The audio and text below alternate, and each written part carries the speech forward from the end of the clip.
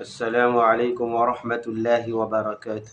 الحمد للہ وکفى وسلام علی عباده الذین اصطفى، اما بعد فاعوذ باللہ من الشیطان الرجیم، بسم اللہ الرحمن الرحیم، قیما لینذر بأسا شدیدا من لدنہ ویبشر المؤمنین الذین یعملون الصالحات ان لهم اجرا حسنا ماکثین فیہ ابدا۔ صدق اللہ العظیم۔ قال النبی صلی اللہ علیہ وسلم یکون فی آخر الزمان دجالون کذابون، وفی روایت۔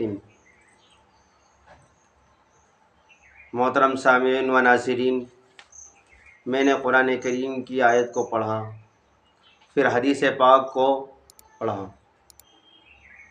ہمارے پیارے نبی محمد رسول اللہ صلی اللہ علیہ وسلم ساری انسانیت کے لیے ہدایت لے کر آئے تھے،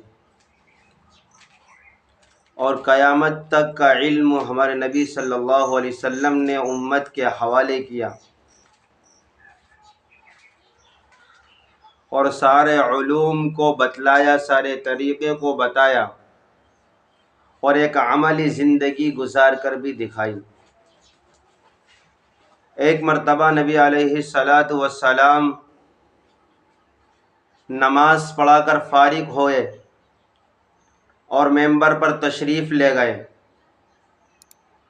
اور صحابہ سے کہا کہ اپنی جگہوں پر بیٹھے رہو، ممبر کے قریب آ جاؤ۔ جس بات سے میں آپ کو آگاہ کر رہا تھا، جو بات میں بتایا کرتا تھا، وہ بات آپ کو یہ تمیم داری رضی اللہ تعالیٰ عنہ بتلاتے ہیں۔ قرب قیامت سے پہلے جن علامات کا، جن فتنوں کا میں تذکرہ کرتا ہوں، اللہ کے نبی صلی اللہ علیہ وسلم نے ساری امت کو ایک ایک فتنہ، ایک ایک مسائل اور ایک ایک احکامات کو سمجھایا امت کو۔ جو کچھ دنیا کے اندر ہونے والا تھا سب کچھ سمجھایا۔ حضرت حذیفہ بن یمان رضی اللہ تعالی عنہ، ایک لمبی روایت ہے جس کے اندر اللہ کے نبی صلی اللہ علیہ وسلم نے ہر چیز کو کھول کھول کر بیان کیا، لیکن یہاں اس وقت یہ بات بتانا چاہتا ہوں، قرب قیامت سے پہلے سب سے خطرناک جو فتنہ ہوگا وہ دجال کا فتنہ ہوگا۔ دجال کے معنی ہی دھوکہ دینے کے ہیں، فریب کرنے کے ہیں۔ یہ دجال اتنا طاقتور ہوگا جو 40 دن کے اندر، حدیث پاک میں آتا ہے 40 دن کے اندر ساری دنیا کا چکر لگائے گا۔ اس کے ساتھ تمام خزانے ہوں گے، مال و دولت کے خزانے ہوں گے، سمندر ہوں گے۔ جو اس کی بات کو مانے گا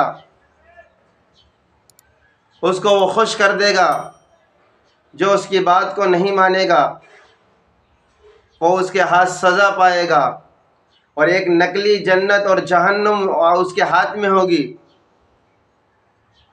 جو شخص اس کی بات مانے گا اور جنت میں جانے کا ارادہ کرے گا، وہ اس کی مشکلات کو دور کر دے گا، لیکن وہ گمراہ ہو جائے گا، ایمان سے ہاتھ دھو بیٹھے گا۔ اور جو ایمان والا کہے گا کہ تو جھوٹا ہے، تو کذاب ہے، اور اس کی جہنم میں چلا جائے گا، تو یہ مانو کہ اس کا ایمان بچ جائے گا۔ اس کی پیشانی پہ لکھا ہوا ہوگا کافارہ، ہر ایک ایمان والا اس کو پہچان لے گا۔ اب دجال کہاں ہے اس کا علم ہمیں نہیں بتایا، لیکن دجال ضرور آئے گا۔ ہر نبی نے اپنی امت کو دجال کے بارے میں بتایا۔ تمیم داری رضی اللہ تعالیٰ عنہ اپنے قبائل کے 30 افراد کے ساتھ دریا کا سفر کر رہے تھے، اور وہ کہیں بھٹک گئے اور ایک جزیرے پر پہنچے، اور وہاں ایک شخص کو پایا، اور اتنے گھنے بال تھے اس کے کہ وہ نظر نہیں آ رہا تھا اس کا چہرہ کدھر ہے۔ اور پیچھے کا حصہ کدھر ہے؟ جب اس سے پوچھا گیا تو کون ہے، تو اس نے کہا جساسا، یعنی جاسوس، ساری دنیا میں سب سے بڑا جاسوس۔ پھر اس نے جاسوس نے کہا کہ تم آگے چلے جاؤ۔ جو محل نما بنا ہوا تھا اس کے اندر گئے تو ایک شخص کو دیکھا، بہت بڑا قد و قامت ہے، بڑا طاقتور ہے، اس کو جنجیروں سے جکڑا ہوا ہے۔ تمیم داری پوچھتے ہیں کہ تم کون ہو؟ تو کہتا ہے پہلا آپ بتائیے کہ آپ کہاں سے آئے ہیں؟ تو تمیم داری رضی اللہ تعالیٰ نے کہا کہ ہم جو ہے کہ عرب سے آئے ہیں۔ کہ اچھا امیوں میں سے آئے ہو؟ کہ جی امیوں میں سے آئے۔ ہمارے نبی صلی اللہ علیہ وسلم کے متعلق اس نے پوچھا کہ وہ امی نبی آ چکے ہیں؟ تو تمیم داری رضی اللہ تعالیٰ نے کہا کہ ہاں جی وہ آ چکے ہیں۔ ایک باغ کے متعلق پوچھا کہ اس میں پھل آتے ہیں؟ تمیم داری رضی اللہ تعالیٰ عنہ کہ ہاں اس کے اندر پھل بھی آتے ہیں، کہ وہ عنقریب بند ہو جائیں گے پھل آنا۔ پھر ایک چشمے کے متعلق پوچھا، اس چشمے سے کیا لوگ اس کھیتیا شراب کرتے ہیں؟ کہ ہاں شراب کرتے ہیں، کہ وہ چشمے کا پانی بھی ختم ہو جائے گا۔ اور میں دجال ہوں، میں عنقریب نکلوں گا۔